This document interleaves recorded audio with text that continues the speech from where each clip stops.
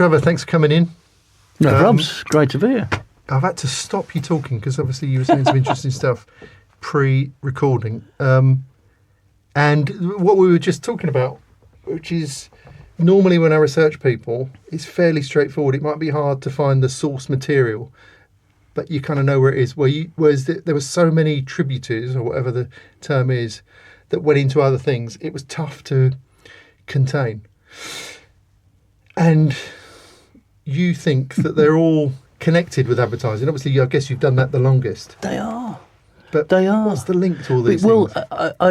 I did a talk last year called Advertising as a Vehicle Which Will Fly Me to Space. Yeah. And that sums it up best, really, for me, because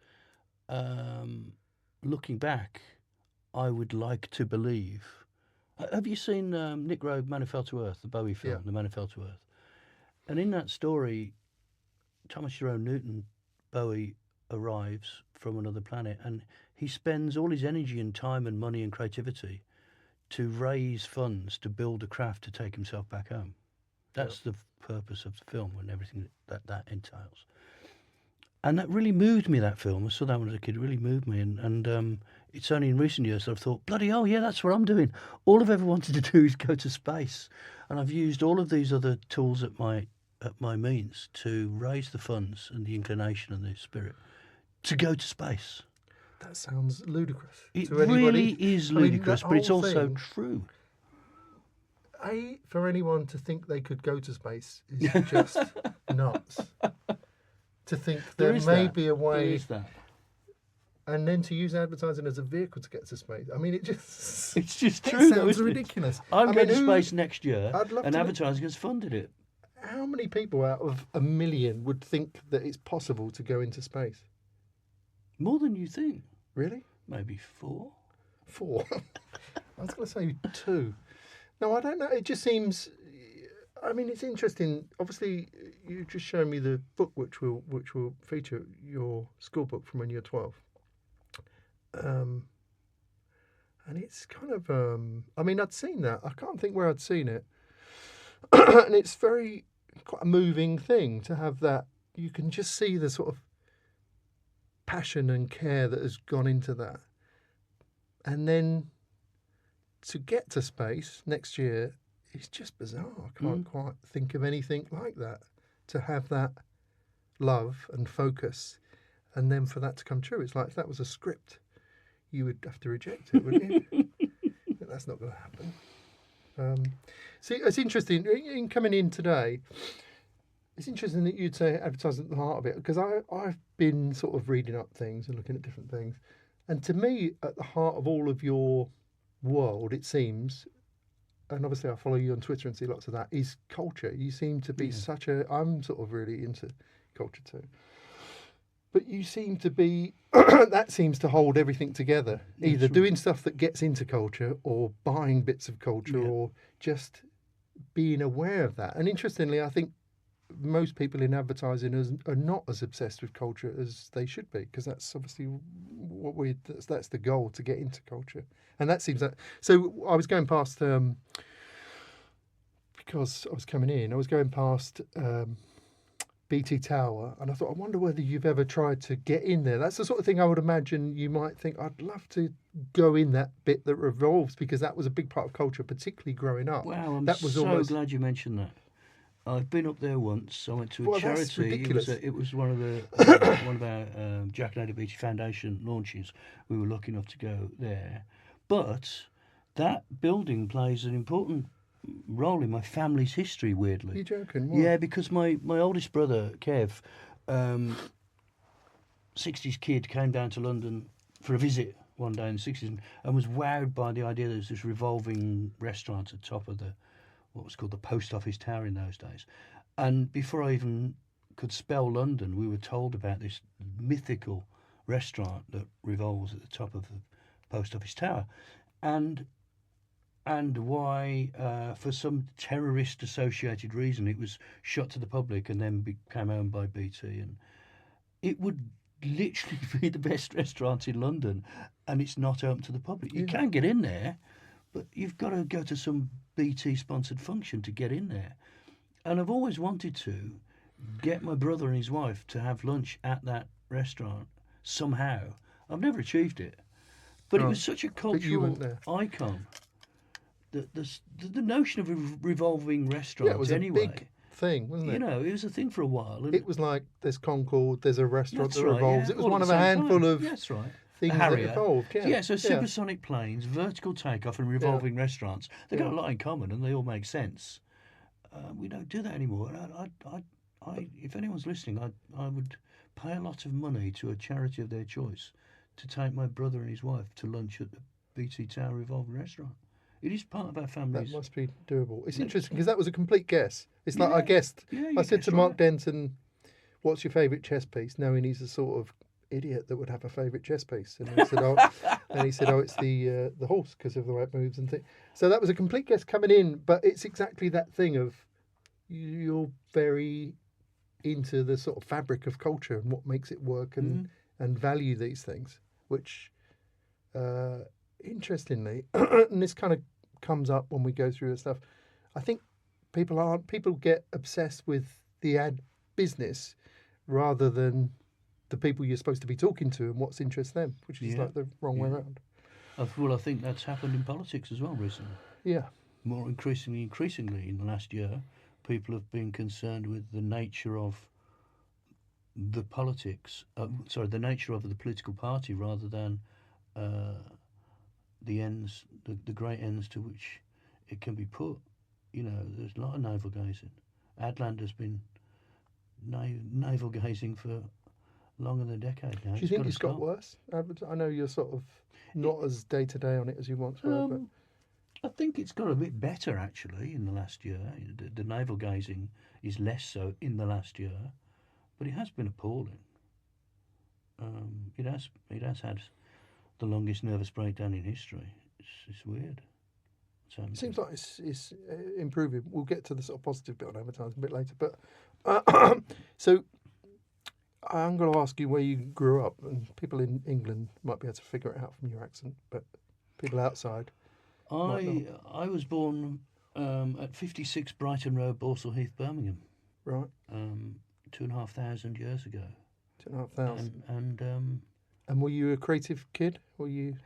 Well, your book looks very creative. When you were 12, used to have great handwriting. Yeah, I used to draw. You know, I went to primary school and then I did the 11 plus. But I also did what was called the art exam at the age of 11, which was a weird thing. It was an art school in Birmingham. It's just been refurbished and turned into an art centre. It's a 200-year-old, 150-year-old building in Moseley Art School. It was called Moseley School of Art, and you had to do an art exam at the age of 11. And I drew a sprig of holly, and passed the art exam, and therefore got a place at this grammar school, which just taught. What's an art-based grammar school? Yeah. Well, we did. CSE and O level. My O levels were art history, painting, graphic design, sculpture, and English language, English literature. So all the creative subjects. Exactly. Yeah. And it was great. Do you remember? So at 12, obviously, it's incredible the amount of the effect that space had on you to sort of develop that book. What other elements of culture or creativity were you taking in at the time? Was there any? Yeah. I would imagine there's nothing that competed with. Well, space was top, but luckily, some of my heroes were equally obsessed with space. So I got space at the same time as I got Bowie. You know, because I got 2 hits at Bowie because I got Space Oddity, and that came and went, and then Moon Landing, and then Apollo, and then Ziggy. Ziggy came along and crashed into our world as kids when Bowie appeared singing Starman on Top of the Pops. So you were aware of the Space Oddity when it came out? When he was on his little... but it came and went. Space Oddity came and went. Yeah, the one-hit wonder type. It was. Yeah. But Ziggy was here to stay. So when Ziggy arrived at school, that was when we all came in the next day and said, "Did you see that bloke pointing at the camera last night?" Yeah. You know, he was pointing at me. That's right. We all figured he was pointing at me, and he was pointing at us individually. You know, and it changed us forever. And so there's always been that space. I can follow that thread through. So if you go from making my space book about Apollo to seeing Bowie as Ziggy to meeting and hiring Duncan Jones, who was Zoe Bowie, to exec producing the movie Moon, to Duncan winning a BAFTA for Moon, to me then saying on that night, that's it, I'm done with advertising, I'm making movies. That you can draw that line straight through, you know, from Top of the Pops to the BAFTAs. So, when you would have seen, I was slightly younger, so I didn't react to seeing Bowie on Top of the Pops in that way. What affected you about that when you saw Bowie on Top of the Pops? There was that thing where he stares down the barrel of the camera and points at you, and everybody says, "Oh, that was." But you know what? It wasn't. What was the? I think what was interesting was his alien persona. And it wasn't the gender sexuality thing. The sexuality wasn't there. It didn't register to us. It didn't register. We all talked about this creature who'd been beamed down to a studio in London. We didn't question his sexuality or his gender. Was never an issue. Never even thought about it. So what other things were you taking in at the time? Were there any ads that you kind of chanced upon, or designs or things? Since I was a kid, culturally, as early as I can remember, I would sing the jingles. So which would have been what at the time? Inane things and fantastic things. How about there are three men in my life. To one I am a mother, to the other I'll start again. There are two men in my life. To one I am a mother, to the other I'm a wife, and I give them both the best with insert product here. It's ringing a vague bell. And then there was call it Wrigley's, call it spearmint, call it gum. There was, I guess my favourite inanity was Only Oxo does what only Oxo can, which is great nonsense. So what, you would have liked those at the time, or some? I liked them, man. They were like lyrics. You see, they were lyrics, and I've always loved lyrics. So that for me, the strangeness of the jingle appealed to me in the same way the lyrics did. And I can always I live by, anyone who's read anything I've ever written knows that it's just littered with references to lyrics. They're in there for you to discover. You know, certainly your Twitter feed. All non-stop. Bowie comes up every week. Bowie does, but a lot of different lyrics. I use lyrics to communicate how I feel, and those who recognise them get a reward because they can say, I know that song. Feel clever. You know. So did that, recognising those kind of jingles and enjoying that and seeing that on a similar level to music, did that influence you to want to get into advertising? How did you get into advertising? No, not at all, because I didn't know there was such a job. I went as far, I left school, I did tragically at mathematics, and I did well at art, and so I then did a foundation course, which was an absolute waste of time because I just drank cider and fell over because everything that we were being taught at the foundation level, we already had achieved at A level. Right. Because there wasn't time, it was just a little potted. So for foundation, you get a potted term on art history, which wasn't to the degree, the extent of knowledge we were being fed for a year of it at A level. So you get a little bit of everything on foundation, whereas we already had, me and my mates already had an A level in each of those subjects, so we bust it. We went through the motions, Right. Formed a band, locked around. So you were in a band. Weren't you at college with UB40? I was at school with UB40. School. I was at school with nearly all of them. There was 8 in the band, but most, Brian and Ali were in my class, and were they? Yeah. I'm still very close to Brian now. And Earl Faulkner and Jimmy Brown, they were all there, but they all, I was a SWAT and I stayed on and did my A levels, and they all hence UB40, unemployment benefit form 40. They left in the 5th year and formed the band. And did you think they'd amount to anything at the time? Could you see something that you did? You thought, yeah, they're going to do something. Yeah, they were great. I mean, it was the boys who got me on to reggae and soul, and again, because Bowie dictated everything I did in my life. Bowie then did Young Americans, and so I went, oh, I have to listen to soul now because Bowie's done Young Americans. And at the same time, Brian and Ali and the boys were doing reggae, and I went, okay, now I have to get reggae and soul, out of which came funk, and that led me, to Prince. So I was led. I was always influenced. I'm quite easily influenced, I think. And Bowie was making the cultural choices for me. Paul Burke wrote a beautiful thing recently about this, that how working class lads were influenced culturally through their heroes. They introduced us, they led us by the hand and said, okay, here's Fauvism, here's Bertolt Brecht, here's electronic Kraftwerk music, here's funk, here's soul, here's politics. Fascinatingly we're led by our cultural icons, which doesn't happen anymore. Doesn't happen, no. Certainly not in music. And they opened the doors, they opened our eyes to these new influences. So how did you move from doing your foundation course to being in advertising? Wolverhampton. Right. I went to Wolverhampton Polytechnic, did a degree there in graphic design, photography, and in the final term, we did advertising, and then I finally found out there was such a job as copywriter or art director, and a guy called John Lowe, who remains my mentor, to this day, put me up for a job in London, which was a kind of scholarship. They called it a scholarship. But I dropped all my work at college because I worked out that most of the year could draw better than me, but I could write better than them.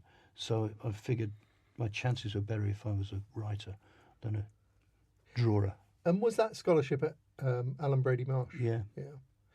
Which was, weirdly, that's the first ever place I went for an interview. Do you know, I started the same day as Scylla Snowball as well. Did you? Yeah, at that place. And that was, I've got a memory of it being in the city somewhere. Yeah, it was Chancery Lane. Was it? Yeah. And they had a sort of very officious head of personnel who interviewed me.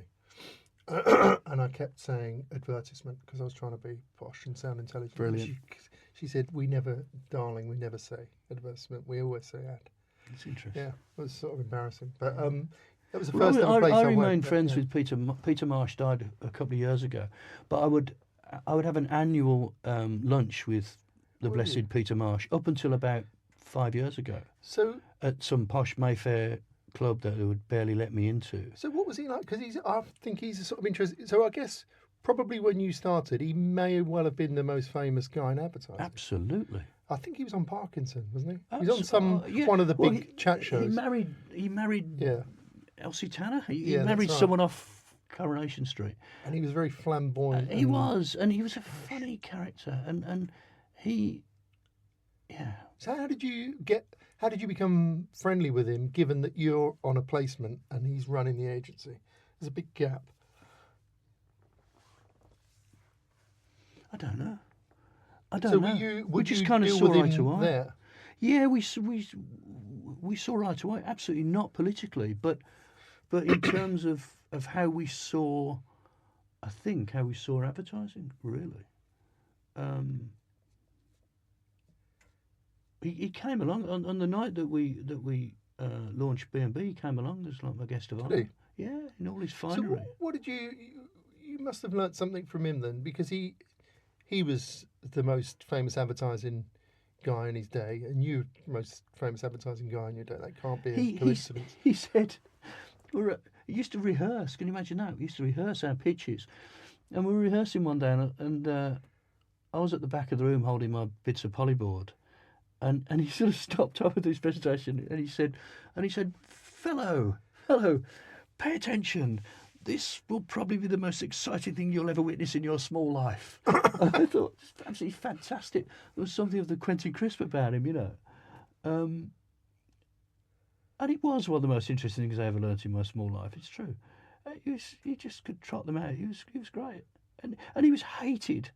I guess that appealed to me as well. I kind of like villains, and he was hated. There was so many jokes going round at the time. The jokes that you can kind of index link for other people since, but jokes at the time like he used to wear platform shoes, you know, a little fella, and he used to wear these stack shoes, and people used to say, "We hear that Peter Marsh is no longer wearing platform shoes. He's having London lowered." And the other one was someone would phone in ABM and say, could you put through to Peter Marsh's office? And the PA would answer and say, "I'm terribly sorry, but Peter Marsh died today." And he'd say, "Oh, okay." Put the phone down, and then 2 minutes later phone back again and say, "Excuse me, can I speak to Peter Marsh, please? I'm terribly sorry, Peter Marsh died today." And this is like in the middle of his pomp, you know. And the joke is, the fella says, "Oh no, I'd just like to hear you say it." Oh. And it's just dark, and he was hated. He was hated. Why do you think he was hated so much? Because he was hated by... he was successful. No, he was successful, but he didn't do it by the rules. He was hated by the establishment of advertising. That's what it was. He didn't do it by the rules. Fascinating character. So, obviously there you did the Weetabix ads campaign. Yeah.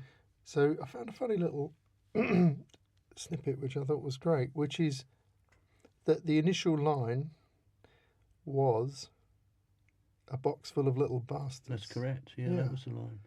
Yeah. Which is which is great, because that's that sort of truth in advertising. Absolutely true to what it is. Obviously, I would imagine there'd be issues getting that through. Obviously, no, but I did hone that, because it went from that to "full of natural badness," right? Which was actually more kind of on brief, actually, but I wouldn't buy that either. But presumably, little bastards, because they're hard and tough.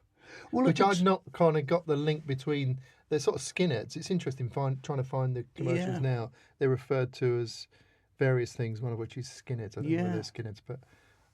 They are seen as skinheads now. I never saw them as skinheads, but I guess they were. I don't know. But the reason was that at the time, 1,000 years ago, kids didn't eat Weetabix. They probably still don't now, but because it was a grown-up adult thing, you know, it's a brick of filth, you know, and there's no sugar in it, and kids were eating. Sugar puffs and Frosties, and so that became a natural enemy. Frosties and cornflakes and sugar puffs became the natural enemy of the natural rival to this brand.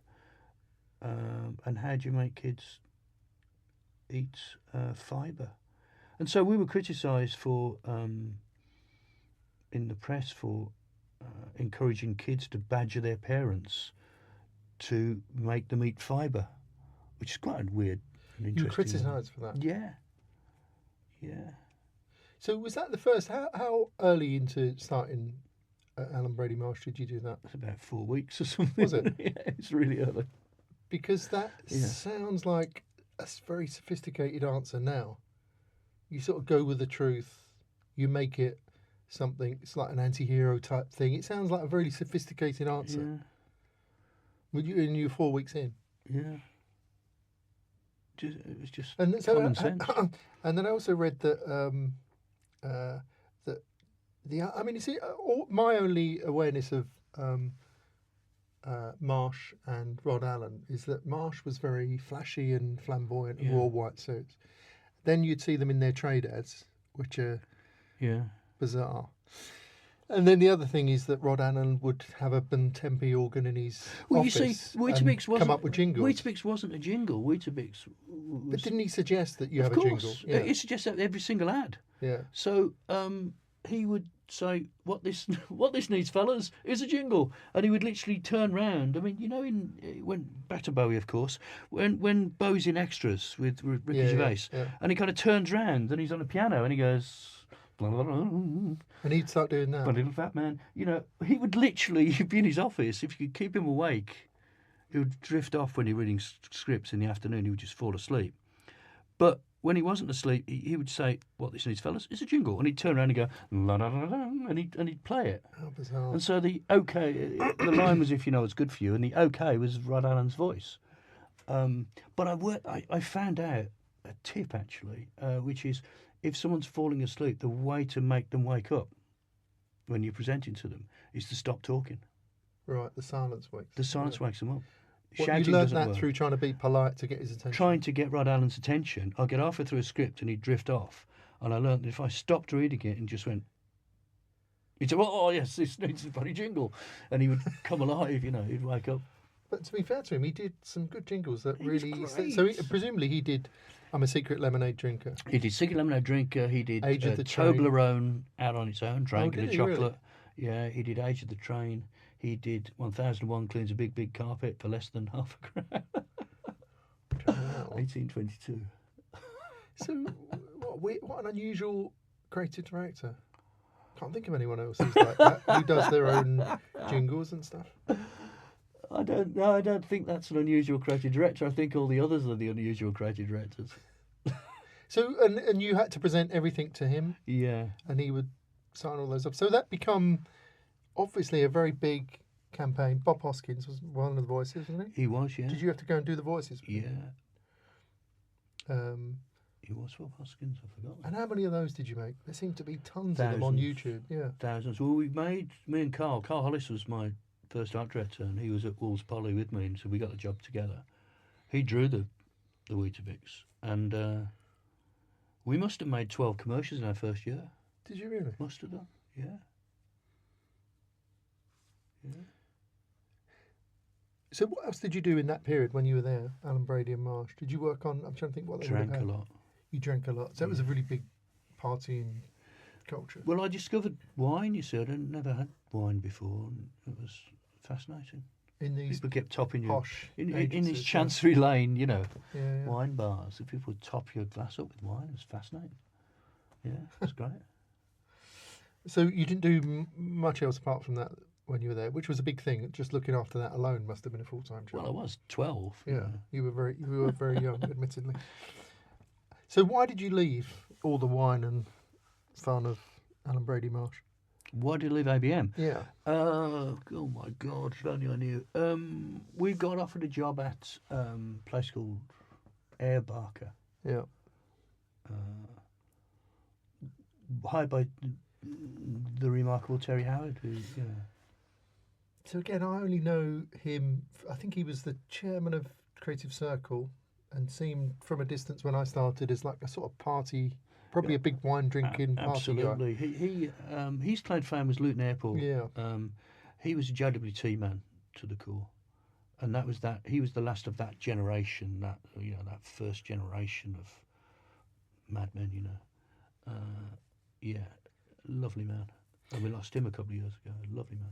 So was that to work? Was that the thing that made you move to work for him, or the hard cash of extra cash? Or both? 12,500 quid. Yeah. Well, who wouldn't? Yeah, move for who 12? wouldn't move for that? 12.5. It was the extra half that nailed it for me. Yeah, we went from something like, I think it was 10 grand to 12.5. Yeah.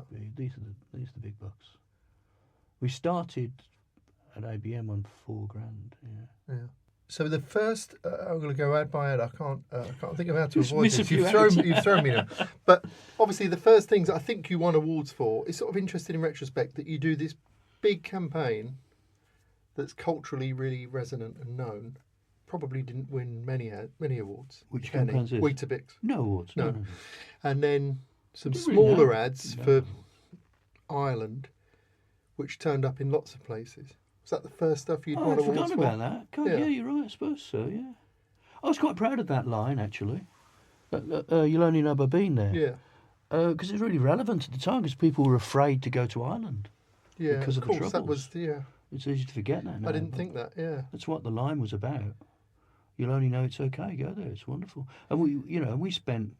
My dad was Irish, so no Ireland, and Oh, so you had some insight to it rather Well, than we just spent tackling it as a we brief. had so much time. We would get in a car and we'd drive around Ireland for weeks on end and just bump into people and hear stories and make them into ads. That's how we did it. Yeah, so slow and.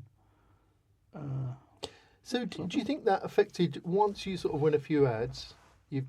You're in a new agency. You've got 12.5 grand burning a hole in your pocket. Oh yeah.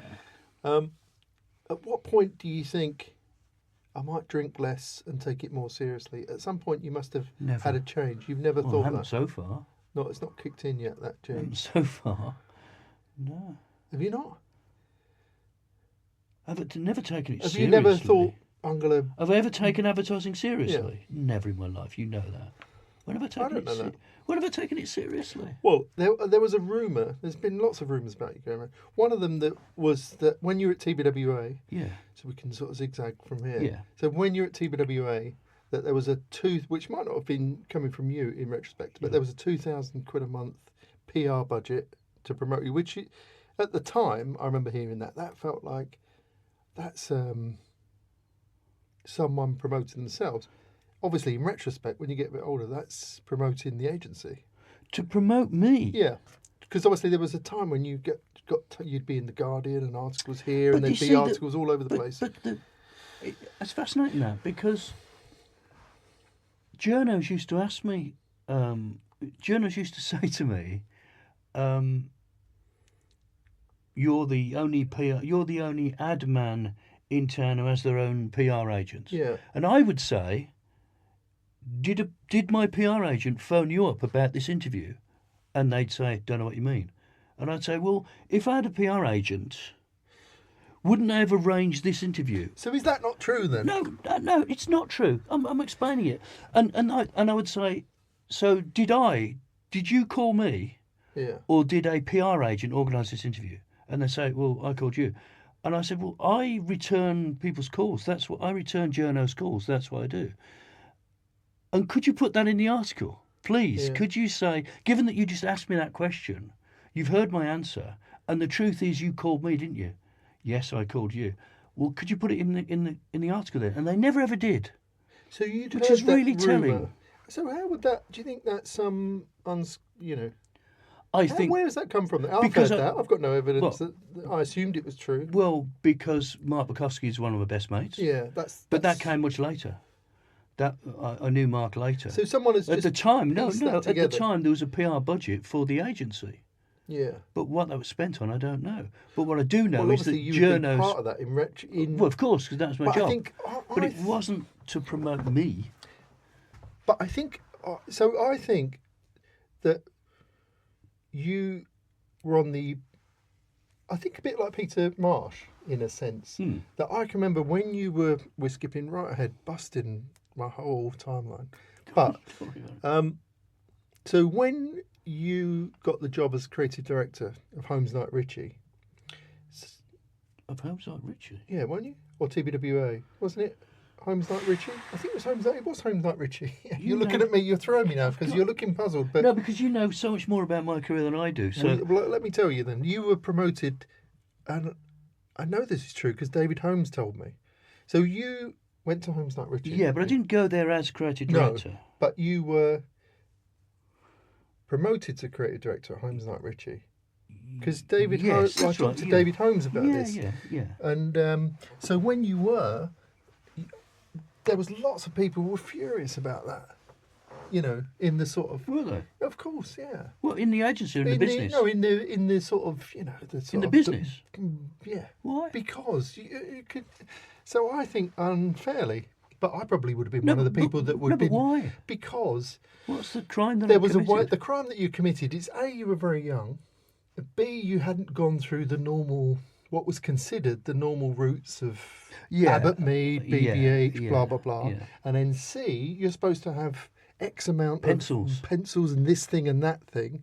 So when you look at that now, obviously whose business is that? To have a view on what someone else is doing. It seems bizarre now. Yeah. But I think that it's easy to forget how sheep like everybody was. Yeah. That you go It was here, very you intense, gradually yeah. work your way step Yeah. by step, and you get to a better one, and you might get another ad in the book, Yeah. and blah blah blah. So then all of a sudden, you sort of crash in from left field, and you're creative director at the time, and creative director was CCO or whatever the title creep is now. That was the main job.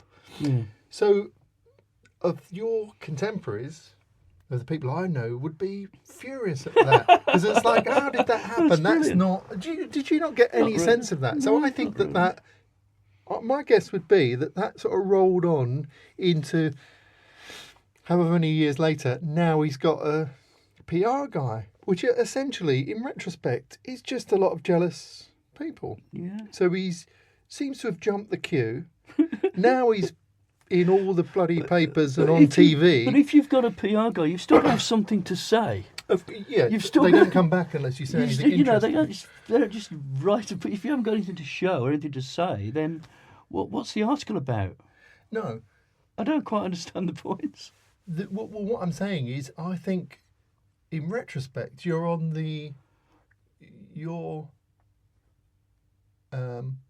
through jealousy on the wrong side of a lot of envy that goes from getting that job, I would say, from where I sit, getting that job then to getting loads of PR. Yeah.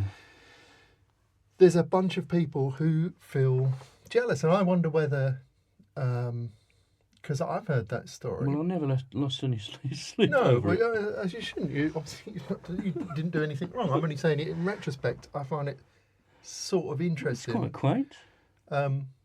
And obviously, even if Mark Bukowski is given the TBWA job of PR in the agency, the first person he's going to talk to is you, because you're in charge of the output. And if you talk to the Guardian and you do well, they'll come back. So I don't know why, in retrospect, that was separated out as a rumour that went round. I think I don't know about that rumour, but I think that the objection that I understood was that people would say to me, why are you talking to journos about your work? Isn't your work good enough to sell itself? That's the kind of knockback I got. And people saying, you don't need to talk about it. You're kind of admitting your work's not good enough by having to flog it through the media. Argument, yeah. Well, it's an interesting argument, but that's the argument that's put to me. Your work isn't good enough to sell itself, so you have to be up there selling it. Until clients started saying to their creative directors, why aren't you on Radio 4 talking about my brand today? When this oik was on and mentioned it 20 times today, mentioned his brand 20 times today, and everyone's talking about that advert, that's literally your job. It's literally your job. Of course. So I find it old-fashioned and quaint and amusing, really. I don't know whether that still exists. So did you not get any, because it's interesting, did you not get any sense that of that sort of, if there was that rumour going round, or that sort of, I don't know what you'd call it, but well, jealousy is the sort of most accurate thing I can think. But I was never part of the establishment, and still not. And so, I didn't feel the need to belong to that club. And I never felt... Which again probably makes it worse for those Probably, people. Do you know what I mean? Because that you I don't didn't go, lose any sleep on it, and I didn't think, God, I've got to impress these guys, because if I don't, I don't really care. I don't care I never cared what people who worked in advertising thought about me. I still don't. So, going back a bit, so when David Holmes, so I remember talking to, I can't remember now, unfortunately, because I do these podcasts, I can never remember whether this was something someone said to me during the podcast or separately. But I remember David Holmes being so excited to say, and then, like I can't remember how he put it, but it was almost like I found Trevor and he was the answer, and then he sort of promoted you to that position. He So was do you such a remember lovely that? man, He was David. great. Such a I only knew him lovely towards the end of his life. man. Did he tell you about the day that they fired him? Yeah, when he marched The around. bagpipes. Yeah. With the bagpipes. I was on a shoot that day, and I didn't know. No one knew who was going to do it. I was on a shoot, probably in bloody Ireland. And someone phoned me up and said, "You've got to bloody listen to this." And I could just hear the bagpipes going And on. he was doing it around. down. He was doing Where was he? it, yeah. Primrose Hill or someone who did it? And in the agency. In I know he the, came in into the agency. You got a piper in the agency to parade around. And I could hear it on the end of the phone. I love that kind of stuff. It's great. It's theatre. How did you cope with overseeing people when all of a sudden you've got to oversee people, presumably older than you? But it wasn't all of a sudden, you see. It wasn't. I felt that I'd been acting as creative director for quite a while, so I was already because I was bringing on young teams and approving work and looking after people anyway. So it wasn't kind of, it might have been an out of the blue appalling decision from the rest of the business, but the industry, but it was completely straightforward move as far as the agency's culture was concerned. It's no big deal. So how did you deal with the people? Did you just take to that naturally? Because I know at TBWA I got the sense that you would entrust them with, a bit like David Abbott, you would entrust them with back there and Tony Cox, funny enough. There would sort of be, if I hire you and I get you to do that, I'm pretty much, you don't have to come to me for every full stop. And it's the only way you can do it. Yeah. Well, it's the best way. Well, was that an instinctive thing, or had you seen someone do that? Yeah, because no one goes to creative director school. Oh, did I see someone do it? That's a really good point. Look, I only really had one creative director in my life, and that was Terry Howard. It was the only one. Right.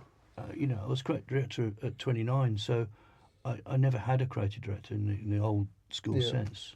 You had crazy Rod and that doesn't count. Yeah. And then I had, equally crazy Terry Howard. I remember I took a script into Terry once. This is the best example I can give of how I was taught to be a creative director. And one incident alone, the only example I can give. I took a script in, and it was for Licorice All Sorts. And I took it in to Terry, and I showed him the script. I read him the script, acted it out, and he went. And he was very Keith Richards. He was really like Keith Richards in his manner. Really? Really like him, talked like him, knew him, all of that, And he sort of, it's okay, man, it's okay. And I'd say, no, Terry, it's not. This is the best thing I've ever written. This is great. It's going to be great. And he went, that's all right. It's all right, man, but it needs a fucking end line. And I went, no, it doesn't. It doesn't need an end line. And the story was that licorice all sorts are Moorish, and if you eat enough of them, you will turn into Bertie Bassett, right? Yeah. And it came from a phrase that my mum used to say, which was, if you eat too many, eat another one of them chips, you'll turn into a chip. So that's where it came from. Yeah. And I had this lovely script where that happened, and Terry went, that's all right, man, but it's not great. It needs an end line. And I scowled off back to my office and sat there and snarled and went, what does he know? He knows nothing. And then that weekend I wrote One Too Many and He Might Turn Bertie. Yeah. And I took it back into him on Monday morning and went, I've done this. And he went, now it'll win in Cannes. Right. And it won in Cannes. Really? And that moment, I'm missing an important point. He said to me, I can't write it for you. And I don't fucking care if you don't write it. But it needs an end line. And is that that's how you would creative direct? And that's what I learned. That's what I learned. That when you're dealing with Paul Silburn and Mr. Belford, Nigel and Paul, that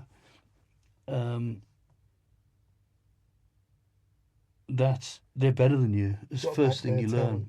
Yeah. And you've got to back them. Harder than you've got to back them, and you've got to. Your job is not to tell them how to do stuff. Your job is to defend them, and defend what they do, and trumpet it, and persuade others that what they have done is right.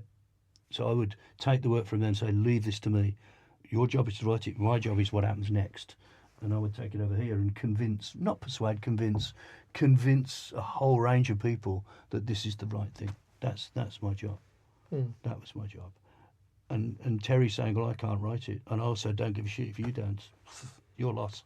Yeah. Was that, it's that kind of parental psychology in a way. So there's not many people who do that. I'm trying to think.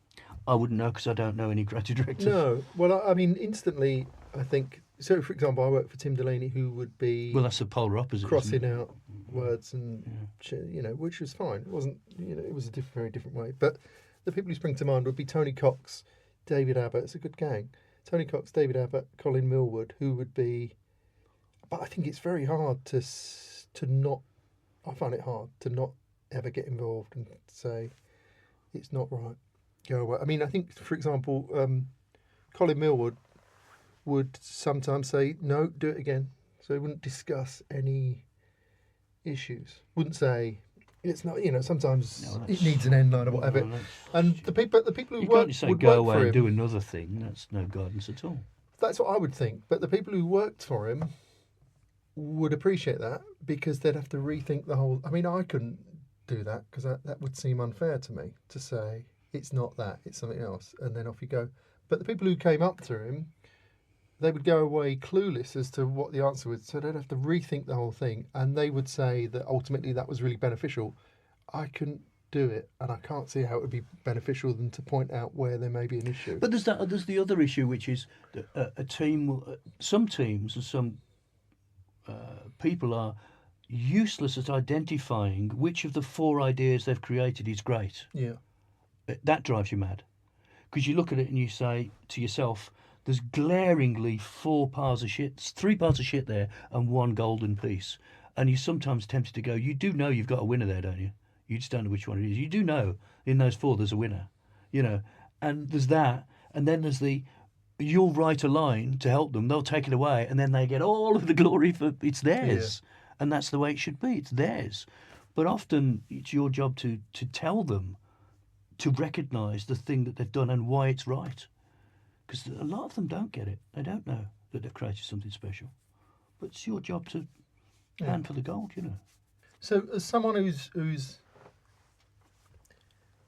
obsessed with culture, so you must have been delighted to go to BMP with Webster. Would he have been your person you would have liked to have emulated, or yeah, and I was disappointed. Your main person. Yeah, and I was disappointed. So how long were you there? So you got About merged 12 in. minutes. Was it 12 minutes? Yeah, we merged. Davis and Pearce merged. And would he have been your main? Obviously, there would have been all that. You must have sung loads of these jingles, for example. No, I've got to stop you. No, because I don't have none of my heroes work in advertising. So I know people like to hero worship. Yeah. Their peers, but I really don't. And you didn't then? No, I thought he was good, but I don't think he's God. But at the time, did you? The other. I didn't have this. You're doing now. Presumably, you didn't have those. Fawning admiration for him. I thought he was all right.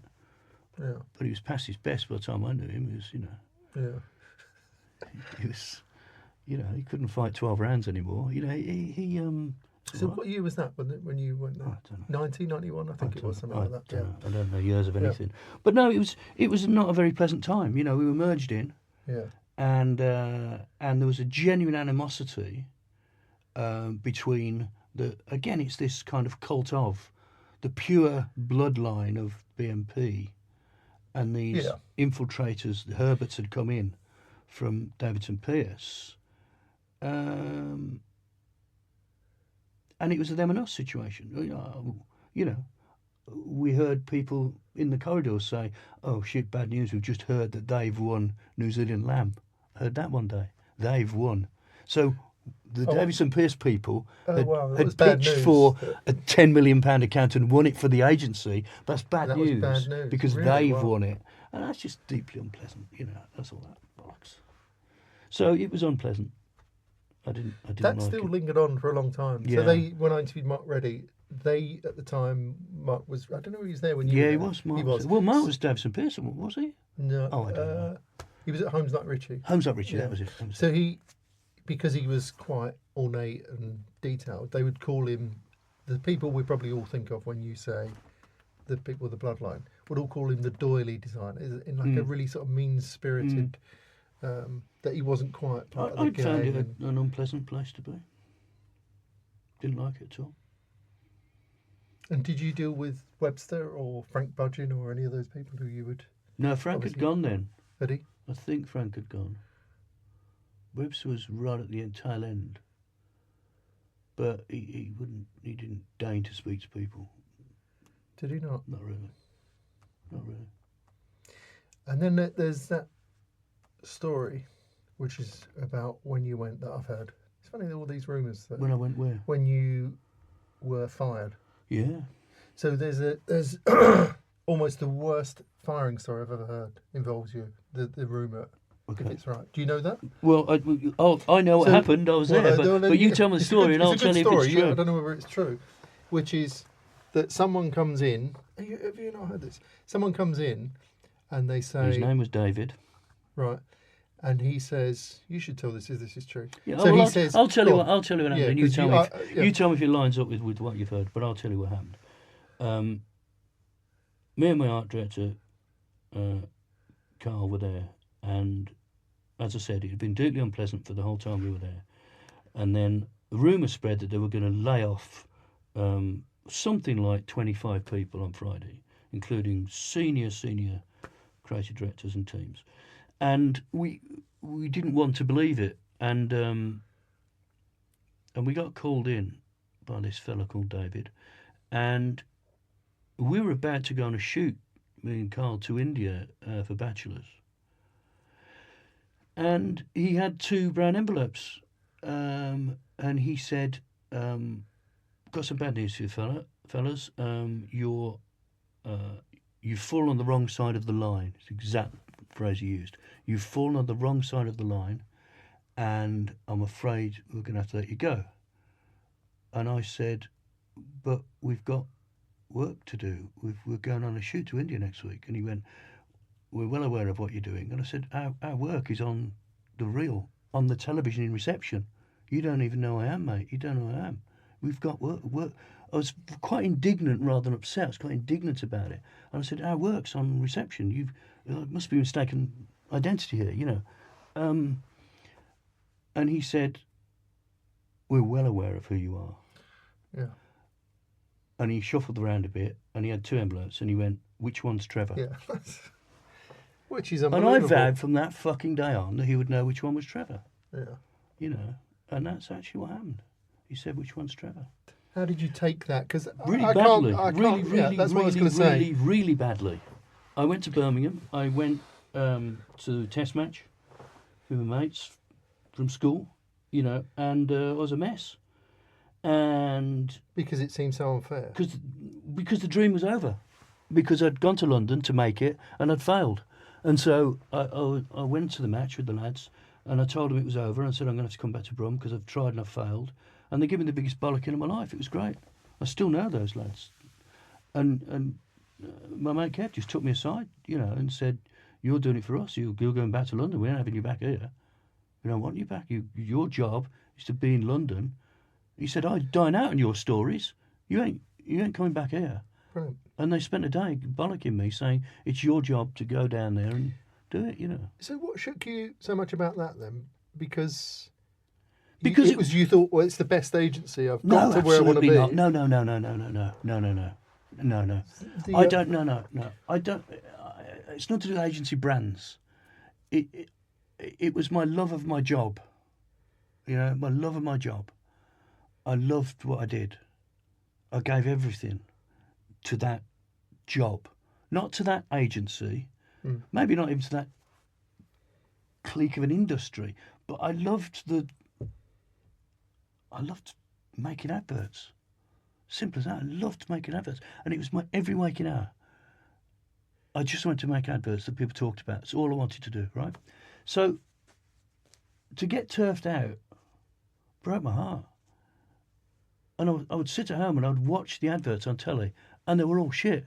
Yeah. And that just made me even angrier. And I vowed that if I ever got a job, an office, used to have offices in them days, if I ever got an office, that I would sit there on a Sunday afternoon and write adverts because I could. And when I got back in the business, I used to do that a lot. I would go in on a random Sunday afternoon. When I was fucking chairman of TPWA, I would go in on a Sunday afternoon because I had an office and a job. It damaged me that much. I would go in and sit there and go, "I can do this." And it was on one of those Sunday afternoon sessions that Double Life was born, because that's when the guys came in with the script for Double Life on the Sunday. Yeah. So in retrospect, that was probably a good thing that happened. No, it wasn't a good thing. Was it not? It was professionally the worst thing that ever happened to me. But it sounds like that, as you say, I kind of vowed that he would then know which one was Trevor, Mm. which I'm sure he does. So it must have. Still not a good thing. Well, it's not. It's never good being fired, but the Mark Denton always, what's his phrase? Is the burr under your saddle or whatever the thing is. That sometimes you need those But what irritating happened to, things to push you on. But what happened to Mark and Chris was utterly disgraceful, and my quirky little redundancy bears no relation to what happened to those guys. That was a living disgrace. But that's another story. And those two are much nicer people than me, and they bear no grudge, and they carried it all these years, and they just put up with it, and they brush it aside as if it was a little incident, and it was appalling. I was laid off, no big deal. I was just laid off. What happened to them was different. But why would you not say that was? I was fired from my first two jobs, Mm.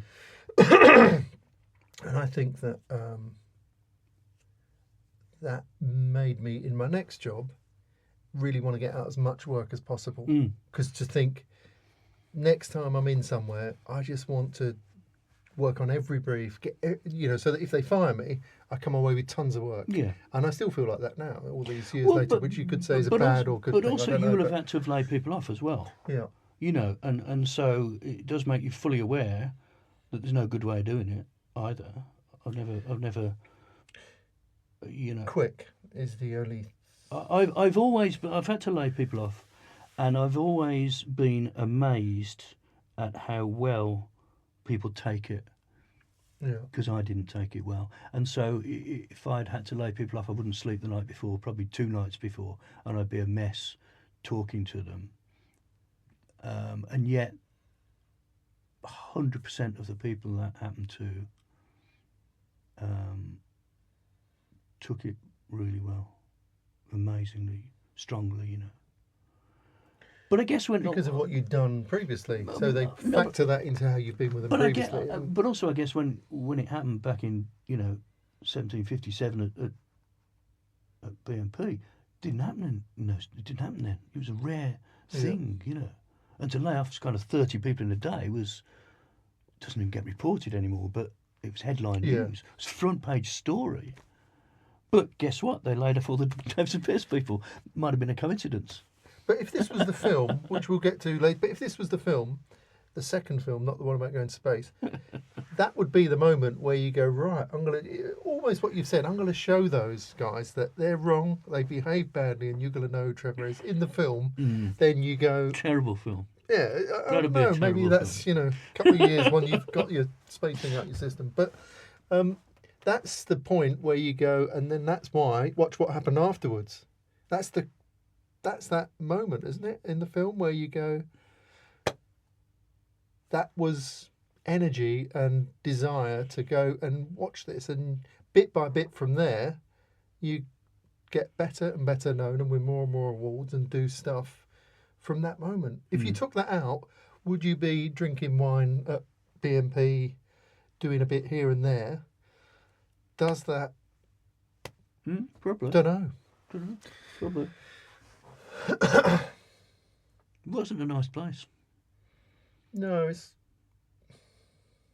and it's fascinating what's happened to it now. I think it deservedly won Agency of the Decade. I think Adam and Eve are deservedly Agency of the Decade.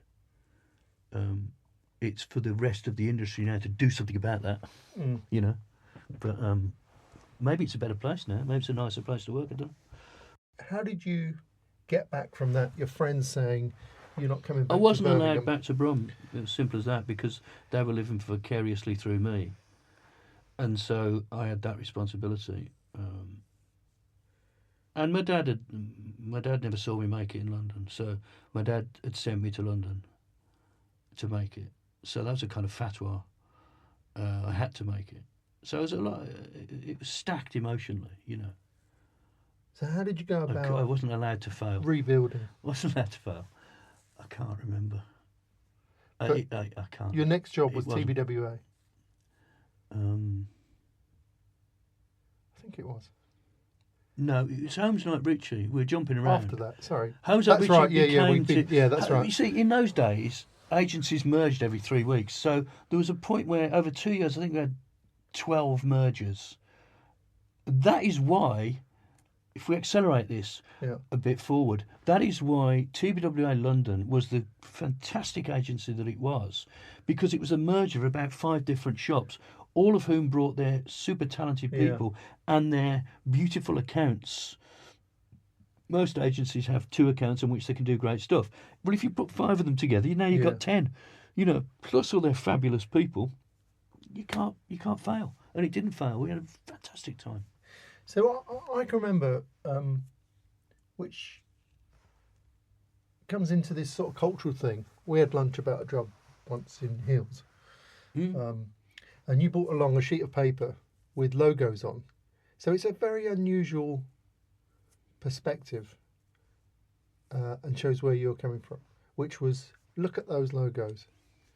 And obviously, cut to 10 years later, me and Paul come in. Client logos, you mean? Client logos. Yeah. But that's an unusual view, obviously, because you can see in those the sort of cultural resonance of those icons. But that's not how anyone else has ever spoken about jobs, clients, potential. Because a bit like when we're talking about the BT Tower, Post Office Tower, there's something in those that you can see, that cultural relevance, I think. And then about 10 years later, me and Paul come in and did a bit of freelance for you when we were both at loose end. And your reception was essentially that piece of paper blown up when you walk in.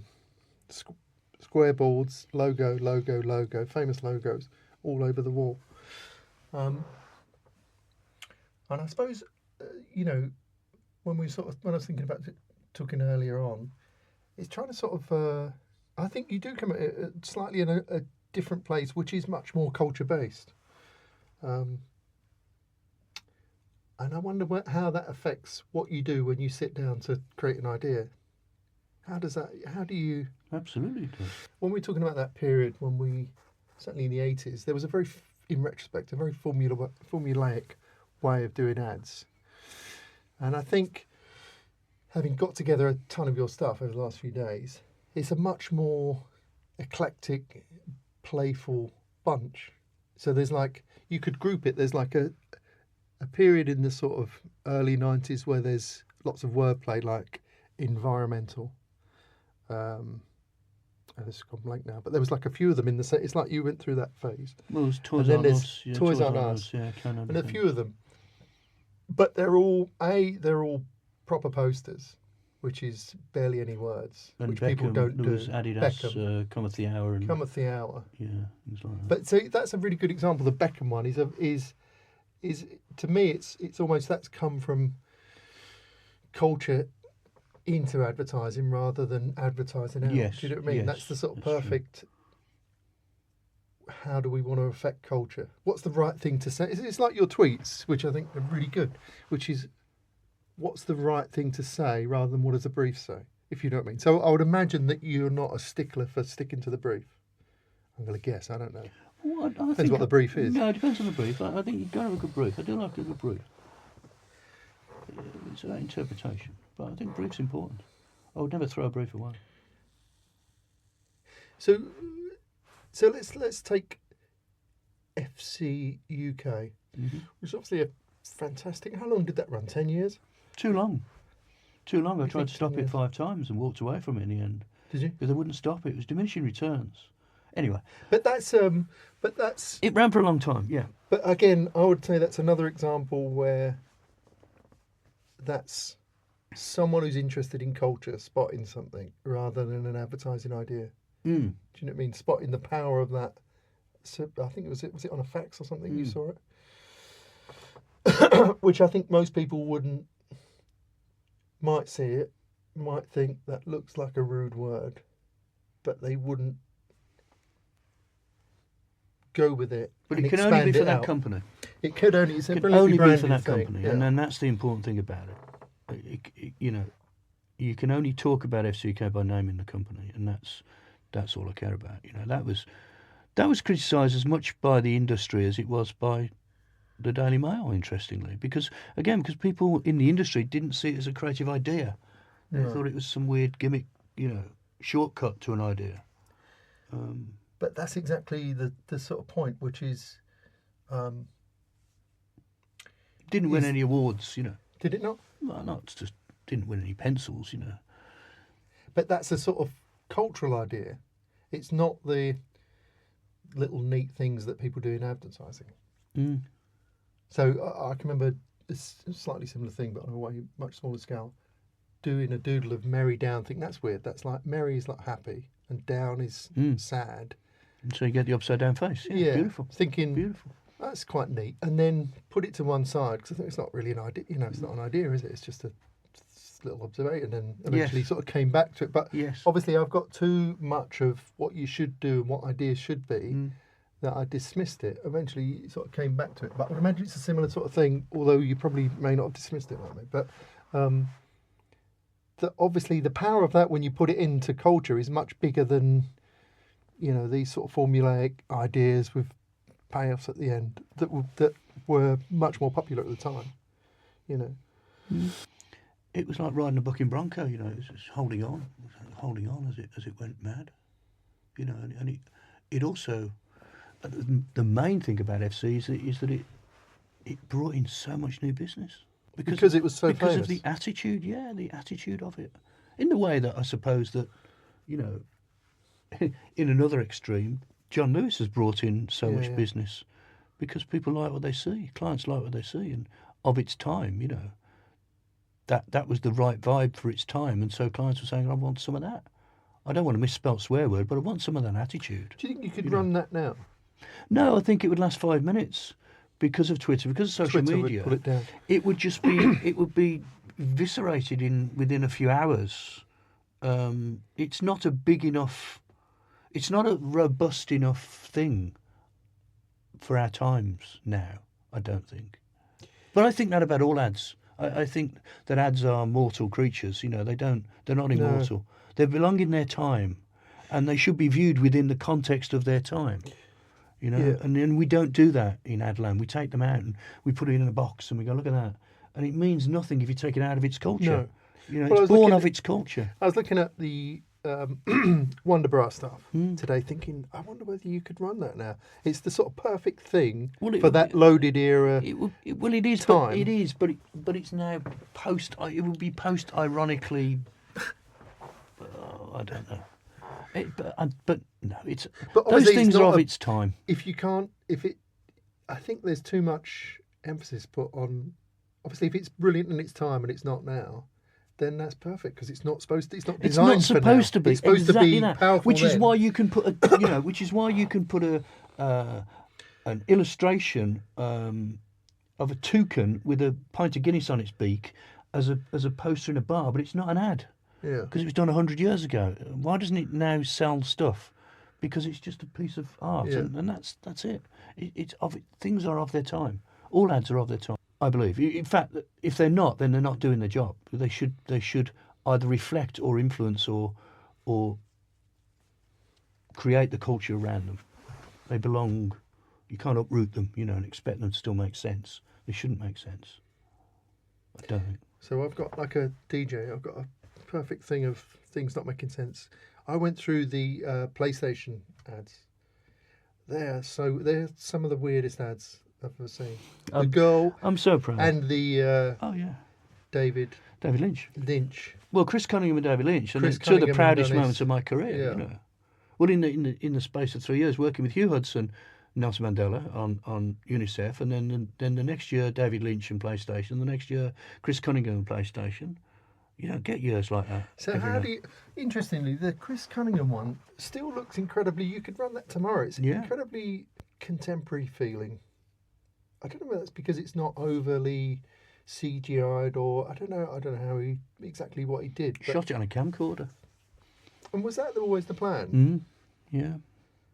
The plan was so weird. The plan was that an alien creature had been captured and locked in a cellar, and she was going to deliver a kind of party political broadcast. That was just the idea, and I wrote that poem, and all we had. I worked with Fink on some of that as well, actually, on some of the poster work for that. Land on Your Own Moon, because a lot of the phrasing from that poem lent itself to posters. You know, Land on Your Own Moon in particular, but. Again, it was space. It was the influence of space, and And all I had was that poem and a piece of paper and Chris Cunningham's crap cartoon of Fifi, and that was our pre-production meeting. That was it. No storyboard, no. So no deck of different directors giving their views on what it should be.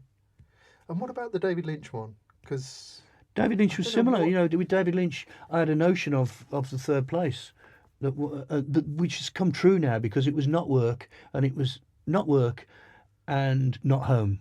It's another place. Well, that place has now been filled by social media. It's called social media now, you know, and at the time it was a new thing that PlayStation wanted to inhabit. And so I wanted it to be a road movie. And through contacts, I got to David Lynch. We sat down at David Lynch's house and I talked him through it. I could talk for hours about this ad alone, you know, and he said, I love it. It's a road movie. And I said, yeah, it's a road movie. And he said, we'll shoot it in my house. And I went, oh, God. How are we going to shoot a road movie in your house, David? That'll be fine. It'll be fine. We'll shoot it in my house. And he shot a road movie indoors, you know. And David Patton, the best client in the world, just ran with it, you know, and just said, yeah, let him run. You can't hire David Lynch and tell him how to direct. So when David Lynch says there's going to be a bloke with a mallard duck's head, then there is, you know. And was that pre, what's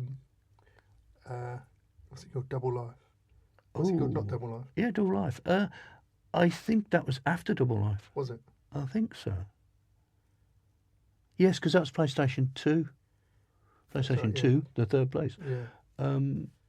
Yeah, Double Life came before that, I think. But that was the genius of Frank, you know. My God. So, and was that the first time you'd worked with Frank? I know you wrote a nice piece on Frank. I did that thing on him. Yeah, and then I worked with him Frank, on, and then I worked after that. Worked with him on Pretty Polly, a lot, and a few other things.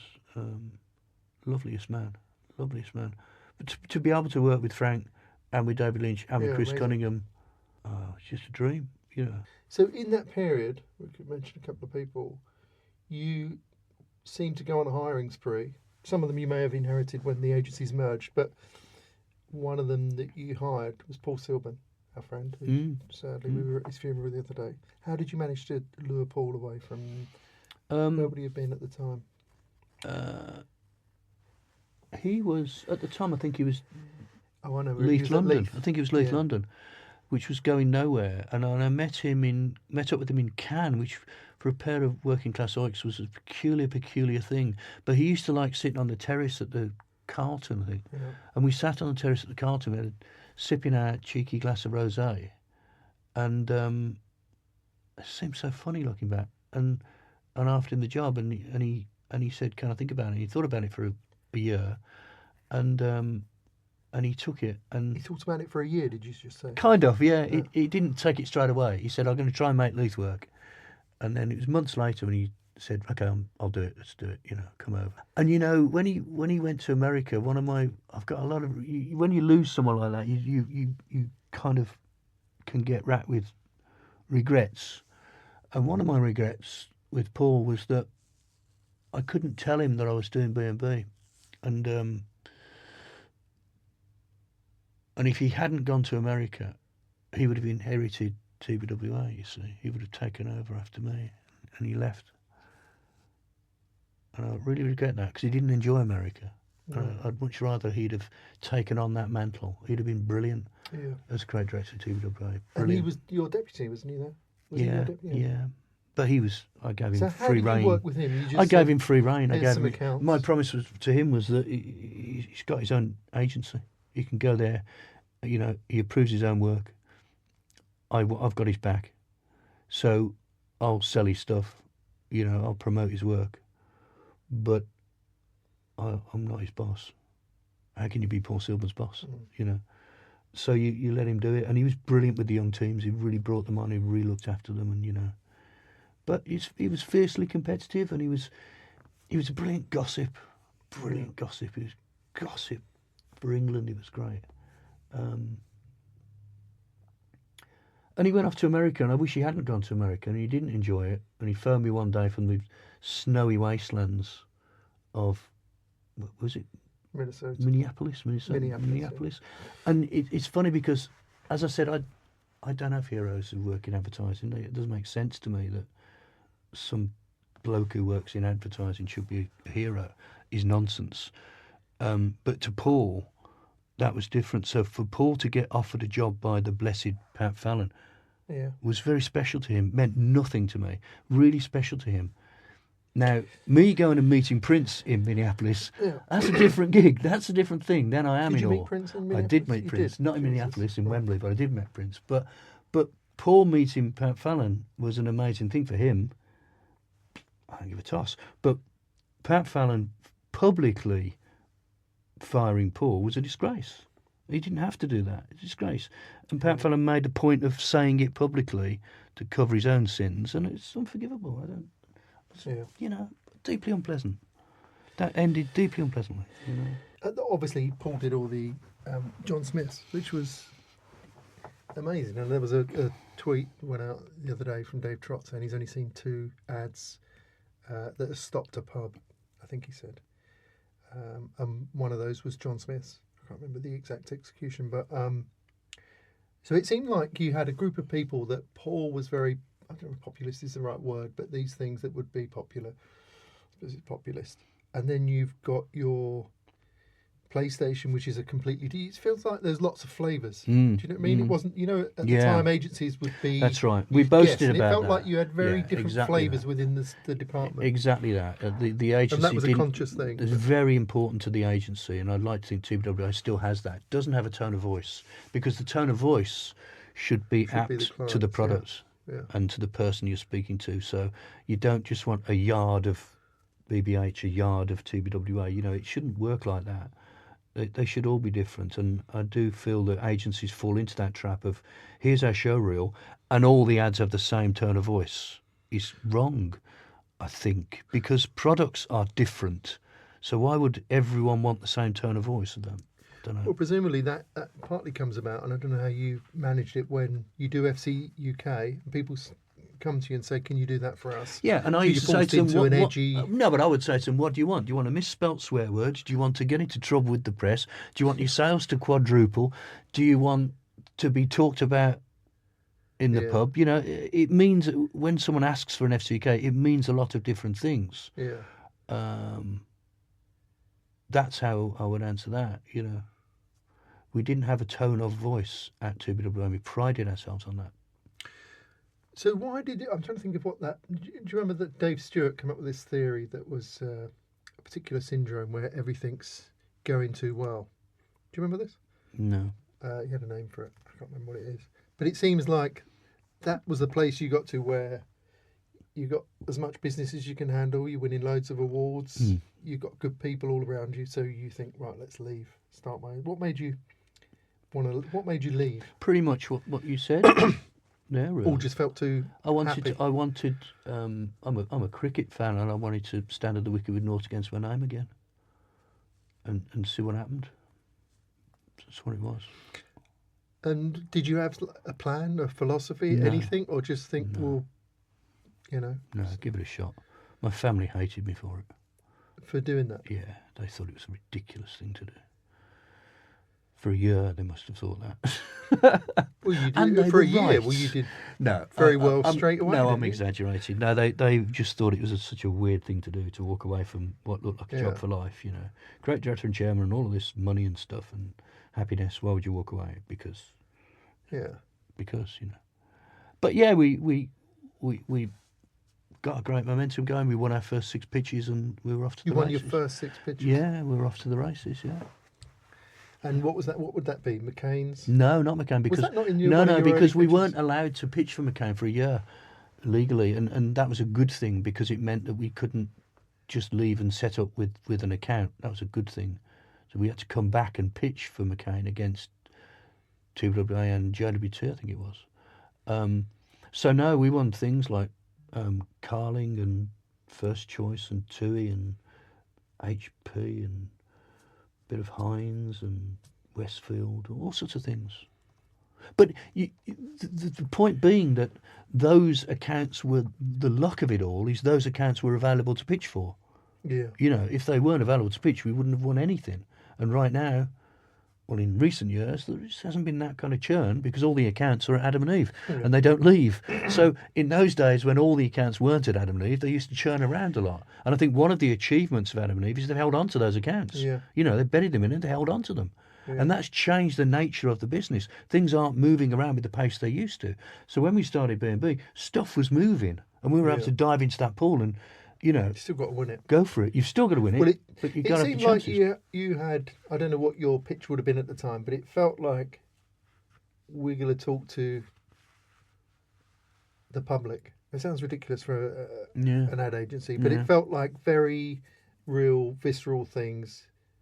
Sod Soho, the ad industry. We're going to do these populist big things. Yeah. And then presumably one attracts the other once you start talking in that way. Yeah, I mean, so they really hit big. So how did you? I remember when we came in, me and Paul once to do something with it. You had Duncan Jones there, which is weird. You've seen David Bowie when he pointed at you back then. Yeah. And then I remember seeing him thinking, God, he looks surprisingly like. And I'd grown up with Zoe. Who obviously Zoe. we would have been aware little of Zoe his long hair. Yeah. And I remember you said, "Oh, it's weird. He's done this. He's done it's funny these little things you retain. He's done over the weekend. He did a he shot a Heinz commercial and sort of in his back garden. Did paint box or whatever it would have been at the time. Yeah. Over the weekend. Yeah. And that was quite a long time ago. And it ran. And did it run? Yeah. Yeah. Presumably that obviously then leads to you producing Moon. Yeah. And that changed everything, and that was the end of it. So how did he? That was the end of advertising, really, for me. Yeah. So how did that? It's funny the Bowie link that goes through, but so how did he turn? How did he end up working for you? How did you find him, or he find you? A mate of mine who's no longer with us, Terry Wordigham, a TV producer, said to me one day, I want you to see a show reel. Showed me the show reel. He said, what do you think of it? I said, I really like it. There were no ads on it. It was sort of short films. I said, I love it. And he said, would you like to meet this fella? I thought, well, yeah. And we went out to lunch, me and Terry, and Duncan turned up. It was Duncan. And Terry had done the right thing. He wanted to judge the work and not the man, you see. So he asked me at length what I thought of the reel, and then said, okay, would you meet him? And then I met him. It was a lovely thing to do. Did you know who he was when he turned up? Yeah. Yeah. Because I knew he was in town, you know, and it blew my mind. And I got to know Duncan and I hired him. Just to have ideas, you know, just to come into the shop and just have ideas. And that's what he did. So, I've got to ask, did you ever meet his dad? Yeah. Did you really? Wow. Well, what happened was Duncan would phone David every day and Duncan would sit in front of me. And again, it would blow my mind that I know that Duncan is now talking to David in New York, you know, every day on the phone. And then when we did Moon, we launched Moon at Sundance, which is one of the weirdest places I've ever been in my life. That is like David Lynch's living room. It's so weird, that place. So we go there and we're going to screen Moon, and we're in this kind of school gymnasium place where they put a screen up. It's so weird. And in the basement is like the green room before we go out and present Moon. And we'd heard a rumour that David was in town. Stuart, the producer, said to me, you know, we've heard that David's coming tonight, out of the blue. He's out here skiing and he's going to come tonight. And I'm in the green room and Duncan says to me, come and say hello to me, Dad. And David walks in. And there's a photograph that I'll send you that I'm not in of Duncan and David. And I am just out of the frame. And it was taken 30 seconds later, you know, with the Sundance logos behind it. And I'm there, you know, 2 inches out of the frame. And to this day, I've got no idea what I said to David, and I must have spoken to him for 5 minutes. Really? I've got no idea what I said to him. And then we went in to the screening, and I sat behind David and Imam, and we watched the film, and Duncan did his piece, you know. So you didn't. I don't want to get. So you didn't ask Duncan. Obviously, you can't say, "Can I meet your dad?" Which you obviously didn't. It just came we about used naturally. to we would talk about It's David. an awkward thing, isn't it? We would talk about David And he said to me, I took the whole agency to Vegas once, and me and Duncan got very drunk, and we talked about David. I'd be thinking every day, could I be his dad? So how do you get involved in Moon? Because obviously, presumably, you didn't know much about producing a film. Probably No, nor did he. no. Well, presumably. I'd been involved in first film I was involved in was Lockstock, because Oh, were you Stephen involved Mark, in that? I yeah, didn't because know you were Stephen involved Marks in exec produced it. Stephen Marks funded that, and Oh, Stephen Marks right. is FCUK. So, yeah, so I got involved in Lockstock, and then I did the ad campaign for Matthew Vaughan's first film, which was Layer Cake. Right. So I did the posters for that. Oh, I didn't know you'd done that. So I sort of got a bit involved, but with Moon it was full on. You know, it was everything, and it was lovely. You know, it was an emotional experience. It really was, and it's grown over the years as well. Yeah. You know, it's become this cult thing. Film now. It was a very special time, and you know, we went to the BAFTAs, and the first award up, Duncan wins a BAFTA, and that was it. Then that night, I just thought, I want to make movies now. So stop with advertising. Yeah. So, is there anything that you learnt in advertising that you carry through to films? Yeah. What? Urgency, a sense of urgency. Advertising has an incredible sense of urgency in getting things done, and movies move at glacial speed. And if you bring even an ounce of that urgency from Adland into movie land, you don't have to get stuff done.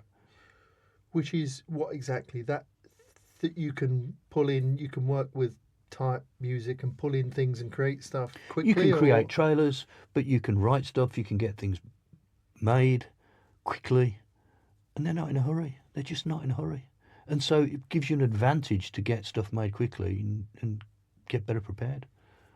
So that's like, do you know Peter Suter? Yeah, Yeah. no, well, yeah. So Peter said that when he sold his first, I think it was either radio series or TV series, that he did it like a pitch. So he did introduced all the characters, and they didn't know what the hell was happening because people don't do that. Exactly, they read out same the with things. So he had television. all the boards, No, and that's this is right. him, and this is his backstory, and this is this one, and it's that. the same with TV. When I've worked with TV programming, you do the same thing, and they don't pitch. In TV, it's really funny. They'll have an idea, and if they get the feeling that the person behind the idea doesn't quite like it, they'll just drop it. It really is Alan Partridge. Like, well, I have another idea then. You know, it's. Yeah. I think that tennis, the professionalism of advertising as well. People are so professional. You know, they're so dedicated to what they do. You bring any of that combination of that can-do attitude and urgency and professionalism and pitching and belief in what you do. You sell because you have to sell the movie to investors and to distributors. Then that's what we do. You know, so you're selling the package. So what do you want to do over the next, 10 years, say? Make as many. Yeah, I'm make making as many 5 films as you now. can. You're making 5 films. Yeah. So can you talk about any of those? Yeah, What of course. Yeah, the big project I'm working on now is the life story of Brian Epstein, who's the man who discovered the Beatles, the 5th Beatle. And is that something, you found a script that you liked and invested in? We're writing the script now. You're writing it. Are you involved in Yeah, writing I'm involved the in script? that, yeah. Really? But the whole team of people involved in that, and it's just going really well. It's really exciting. It's not a documentary, it's a feature drama. Last year we finished, because we're working over 3 years, the feature documentary on the story of the Spitfire, and the men and the women in particular who made it and flew it.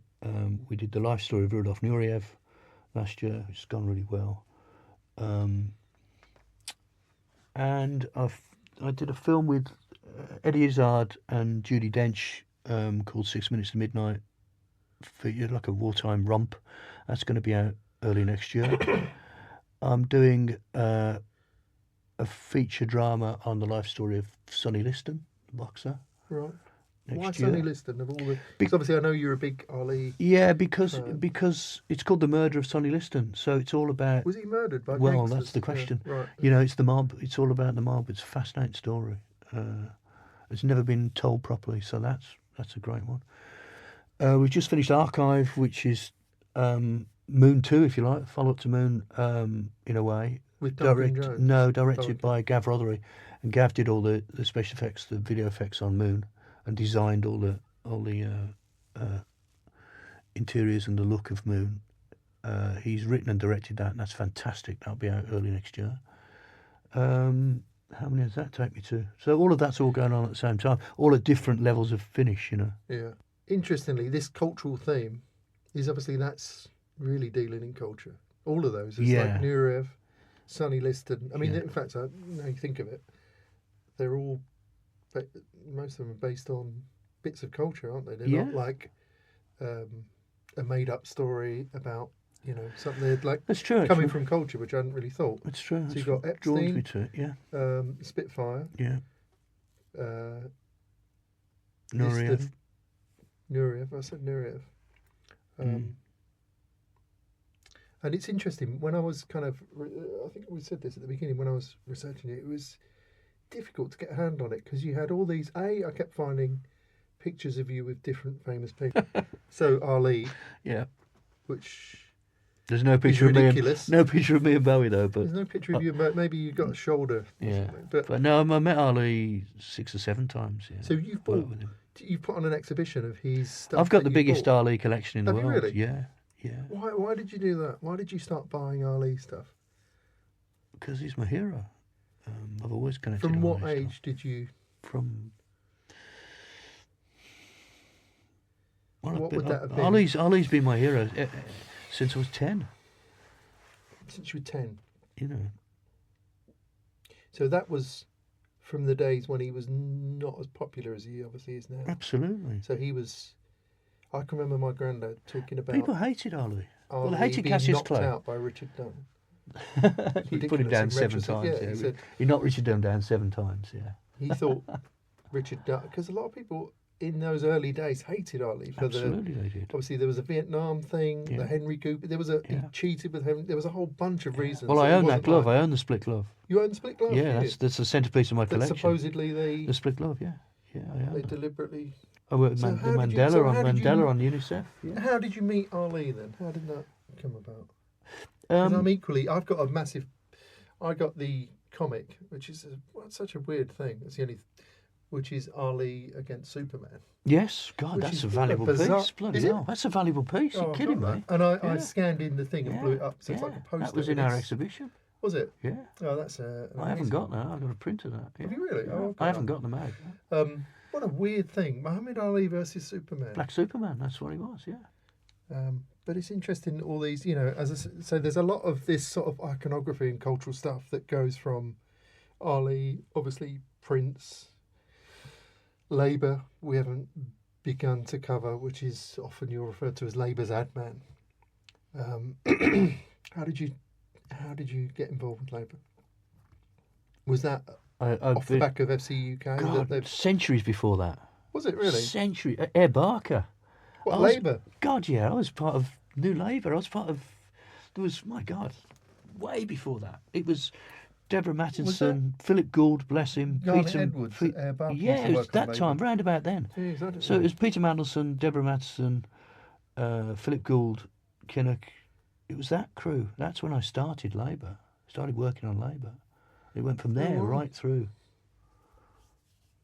to Miliband. Oh, I didn't realise you'd been doing it that long. Yeah.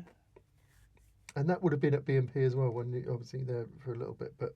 Didn't they have the Shadow? What was it called? The Shadow Communication Agency. Yeah, well, I set that up with Deborah and Peter Mandelson. Yeah, it's in need of setting up again right now. Yeah, and then obviously, more recently, I've read about the Jack and Ada Foundation. Most important thing I've ever done in my life. So tell me about that. The foundation's the most important thing I've ever done in my life. So what is the genesis of that? So it's named after your mum and dad. Mm-hmm. What was the idea behind that? Why do that? Because when you lose your parents, it doesn't matter how old you are, you become an orphan, and it has a fundamental effect on you.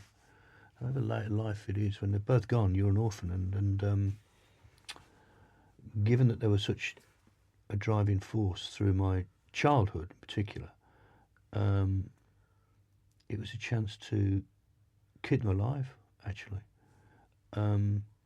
And they had really strong values. And I didn't know the difference between a charity and a foundation, and a charitable foundation, you know, and I do now. and it enables us to do some good when it's needed more than ever, you know. So we've done things like we take the Normandy veterans back to France every year, D-Day. We've helped out. Is that part of the Jackanada Foundation? Yeah. And we help out RNLI. We went to, in 2012, we helped set up some, not set up, but help fund food banks. And I'd never heard of a food bank. This is 2012. And there were 2 food banks in Birmingham in 2012. And now we've just become accustomed to this abomination. But it was a brand new thing, and it really intrigued and worried me at the same time, you know. And then most recently, our new initiative is Bank of Mum and Dad, which directly comes out of, it's an initiative, it's not instead of the foundation, it's an initiative of the foundation in the way that the D-Day thing was. And this is free loans for people. It's the antidote to Wonga. It's the antidote to the payday loan, 1,500% APR bullshit, you know. So we give loans of up to £1,000 to people in short-term need of it. There's no fee, there's no interest rate, there's no charge.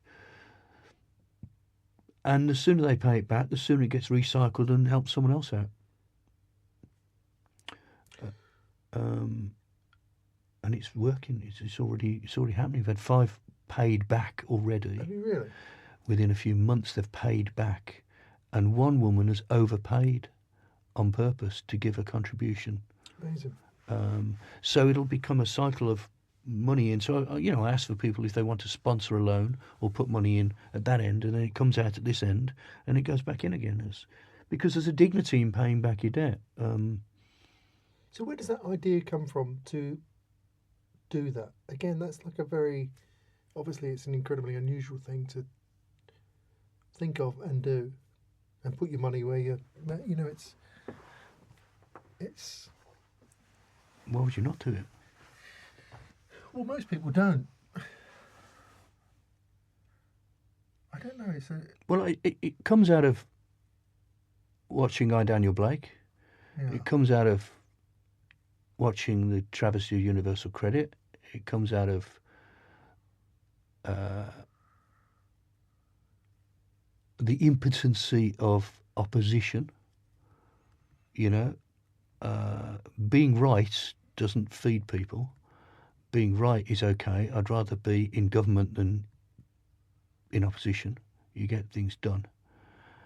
And so, because I can't, then because we are not in government, then I will take it upon myself to do it, you know. So I've put 30,000-40,000 quid in to start, and that becomes loans, and then that just feeds in and out and in and out, you know. And as the money comes back, it goes on to the next person, and it's about dignity. People, in the short term, you help them out because you allay their debt, but then in the medium term, they think, I can now pay this back, so they have the reward that they're doing the right thing, and then ultimately the satisfaction of saying that they're then going to pass it on. They can choose who their loan money goes to next, pass it forward next. Borrowed it can. Yeah, we can say, here are 4 cases. And you get them involved in choosing who. Yeah, you can come back, you can say, well, I think they're closest to the situation I was in. I'd like to help them out. And then later this year, we're going to have a dinner, a gathering, where some of these guys can come up and say a few words about how it helped them and how they helped other people, you know. So it's a pass it forward thing. It's a recyclable loan. But it's free, you know. It's the obscenity of 5,000% APR as it was. You know, Wonga came to the agency once and wanted us to pitch for their business. Did they? Yeah. We didn't. You know, it's shark infested. You know, it's someone said to me recently that there's a famous phrase which is it's expensive to be poor. Yeah. You know, because these payday loan companies, they'll say, well, if you pay it straight back next week, what's your problem? low interest and just pay straight back. They don't want you to pay straight back. Then you don't pay straight back, and here's another loan to help pay that back, and here's another loan. And they're getting closer and closer to having your house, which is what they want. And it's sharking, and it's getting worse and worse. And I just want to cut through that. And we've had an amazing response. I did a launch last week. We've had a soft launch of it because we need to get it exactly right. And we went public with it last week. And we've had an amazing reaction from people. It's been really moving, actually. And some of the emails I've got through from people have been breathtaking, really. And we're just helping out who we can, And it's working. So you sort of ended up in such a diverse place. And obviously you go into space. And I'm going to space. Which is ludicrous, as we discussed. But what's the sort of the least crass way of saying it? But it's sort of interesting how all these, I can't think whether it's dreams, but of going to space, meeting David Bowie, meeting Muhammad Ali, owning some of his... It's like a load of things that seem not possible. It is nonsense. It is nonsense when you put it like that, yeah. And helping out people in trouble. Mm. That's not nonsense. That's not nonsense, but they're sort of notions that you've managed to realise somehow. Well, I've only ever had one ambition, that is to go to space, so all the other stuff just comes in its wake, really. I wonder whether that will change you going to space. It's changed everyone else who's been there. Yeah. So when is that? When does that happen? We haven't got a date. It'll be next year. There isn't a date yet. We'll get a several-month warning before we go, advance notice. And how many will go in your party? Four. Do you know, presumably you must meet the four? And Well, I know the group they'll come from. Yeah, I know the group they'll come from. And how will that be? Will that be, I don't know what the terms are. Is that presumably professional space people? And then, I don't know, how does it, what is it for visitors? How does it, what do you do? I've got no idea how you go to space. I'm just a regular Joe with no space experience. So someone must drive the thing. Someone must do things. Yes, a bloke called Dave Mackay, Scottish fellow. He was the first Scotsman in space last year. He test flew it to space. He'll be he'll be driving the thing. He'll be driving the thing. He'll have a co-pilot, and then there's four Herberts at the back. And then there's four spectators, whatever you would call it. Floaty people. We'll float around. So you don't have to learn to do anything. We don't have to drive the craft. Yeah. That was basically no. We're not driving. We're just floating. So, as a sort of going out question, getting it back to advertising, after all the interesting stuff about Ali and space, and how do you feel about where it is today? Do you take much notice of it? Do you have a view on it? I do. I think it's in a healthier position than it probably was 2 years ago. I think there's some exciting work coming through at the minute, and it's all about the work. It has worried itself sick about hiring the right people. Yeah, seems so indulgent. And I'm just bored with all that now, and I just want to talk about the work. And some good work coming through. So I'm more optimistic now about the business than I was a few years ago. It feels like it's changing. Yeah, I like what it is at the minute. I think it's quite lively. It's interesting what's happening now. It's settled a bit. So if there's some young kid from Birmingham listening to this who wants to get into advertising, what advice would you give them? Do it because less of you are. There's fewer and fewer young people choosing advertising because it's less funkier profession than it used to be. They'd rather work at Google. You can join it and then create it in your own vision, really. It is what you want it to be. That's what's so precious about it as a profession. It's enabled me to meet my heroes and go to space, for God's sake. I can't think of any other job that would enable me to do that. Because it touches so many different areas. If you just go into design, I think you're only going to meet designers. If you go into advertising, you're going to meet everyone and every walk of life and every creative. It touches every creative point on the map. Yeah. And so therefore you can go into it and decide then which aspect of it. I've come out wanting to do film, but I could have come out wanting to do anything from sculpture to car design, doesn't matter, to acting, to script writing, to anything. Because you meet such a bunch of diverse people. Yes, because they all eventually coagulate around advertising at some point. So, you know, if your hero is Ed Sheeran, God help you. But if your hero is Ed Sheeran, work in advertising, you'll meet him within a year. Yeah. I guarantee it. You'll meet him within a year. No big deal, but you will. Yeah. And that's extraordinary. If you've got a joke that you always wanted the public to know, it's your favourite joke. Yeah. Join advertising, and 10 million people at some point will see that joke. That's fantastic. You can't do that if you work at Ford, you know.